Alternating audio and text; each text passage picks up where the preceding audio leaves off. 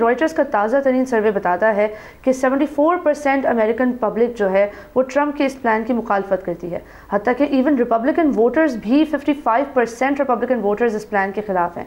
ये इस बात का सबूत है कि अमरीकी अवाम गज़ा में कब्ज़े के ऊपर और फ़लस्तीनियों की फ़ोर्स डिस्प्लेसमेंट के बिल्कुल सख्ती से खिलाफ वर्जी करती है। बिल्कुल नाज़रीन, अगर ट्रंप इंतज़ामिया की बात की जाए तो उनका ये प्लान बैनुल-अक़वामी क़वानीन की खिलाफ वर्जी तो है ही, और गज़ा पर कब्ज़ा करने और वहाँ की पूरी आबादी को जबरी तौर पर जो उनका मुंतकिल करने का मंसूबा है, ये नाज़रीन वॉर क्राइम की कैटेगरी में यह आता है, क्योंकि ये नाज़रीन उन फ़लस्तीनियों के बुनियादी इंसानी हकूक़ की पामाली और 1948 की जो बेसिकली नकबा की ये एक रेपिटेशन इसको कह सकते हैं। This is tantamount to ethnic cleansing of Palestinians. Definitely ख़ास तौर पर यह भी नोट करने वाली बात है कि जब किंग अब्दुल्ला ने कहा कि वो पहले ही इतनी बड़ी तादाद में फ़लस्तीनी रेफ्यूजीज़ की मेज़बानी कर रहे हैं, ट्रंप ने इस हकीकत को मुकम्मल तौर पर नज़रअंदाज कर दिया।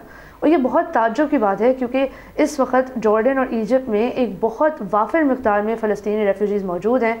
उर्दन की जोग्राफ़ी को भी देखने की काफ़ी ज़्यादा ज़रूरत है इस वक्त, क्योंकि सऊदी अरब, शाम, इसराइल और एक साइड पे वेस्ट बैंक, इन सब के दरमियान में जॉर्डन इस वक्त मौजूद है। और पहले से ही रेफ्यूजी क्राइसिस जो चल रहा है उसको काफ़ी हद तक जॉर्डन ने डील किया है, काफ़ी हद तक फ़लस्तीनियों को वहाँ रीसेटल करने का मौका भी दिया है। और इस वक्त भी जो फ़लस्तीनी डायस्पोरा कम्यूनिटी है वो काफ़ी हद तक जॉर्डन और इजिप्ट और इन तमाम ममालिक की शुक्रगुजार है, क्योंकि उन्होंने उनके लिए दरवाजे तब खोले जब इसराइल और अमेरिका मिलकर और बड़े खुले दिल के साथ। इवन तो नाज़रीन, अगर आपको पता चले जो किंग अब्दुल्ला के जो वालिद थे, जब उन्होंने इसराइल के साथ ताल्लुकात को नॉर्मलाइज किया तो जो उनके वालिद की असैसिनेशन की थी वो भी एक फ़लस्तीनी जंगजू ने ही उन पर गोलियाँ चलाई थी 3 दफ़ा। तो जॉर्डन उसके बावजूद बड़े खुले दिल के साथ यहाँ पे अपनी ज़िम्मेदारी अदा कर रहा है। और नाज़रीन, डोनाल्ड ट्रंप की अगर बात की जाए तो उनके इस मंसूबे की टाइमिंग भी बहुत अहम है। ये उस वक्त आया है जब गज़ा में इंसानी बहरान अपने अरूज पर है, हस्पताल तबाह हो चुके हैं, खाने और इमदादी सामान की सप्लाई मुकम्मल तौर पर बंद है और लोगों के पास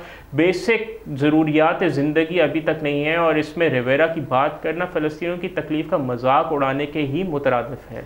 और नाज़रीन, सेनेटर्स जो हैं उनकी भी एक बाई पार्टिज़न मीटिंग हुई है। किंग अब्दुल्ला से डेमोक्रेटिक मेजॉरिटी लीडर जॉन थेवन ने भी कहा है कि ये बहुत ही एक अहम मंसूबा है और बहुत ख़तरनाक मंसूबा है, इसके नताइज से आगाह किया है उन्होंने।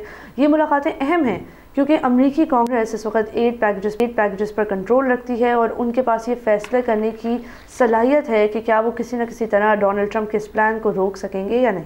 बिल्कुल नाज़रीन, इस मुलाकात में crown Prince of Jordan Prince Hussain और सेक्रेटरी ऑफ स्टेट जो कि डोनाल्ड ट्रंप के बड़े करीबी मार्को रूबियो की मौजूदगी भी बहुत अहम थी।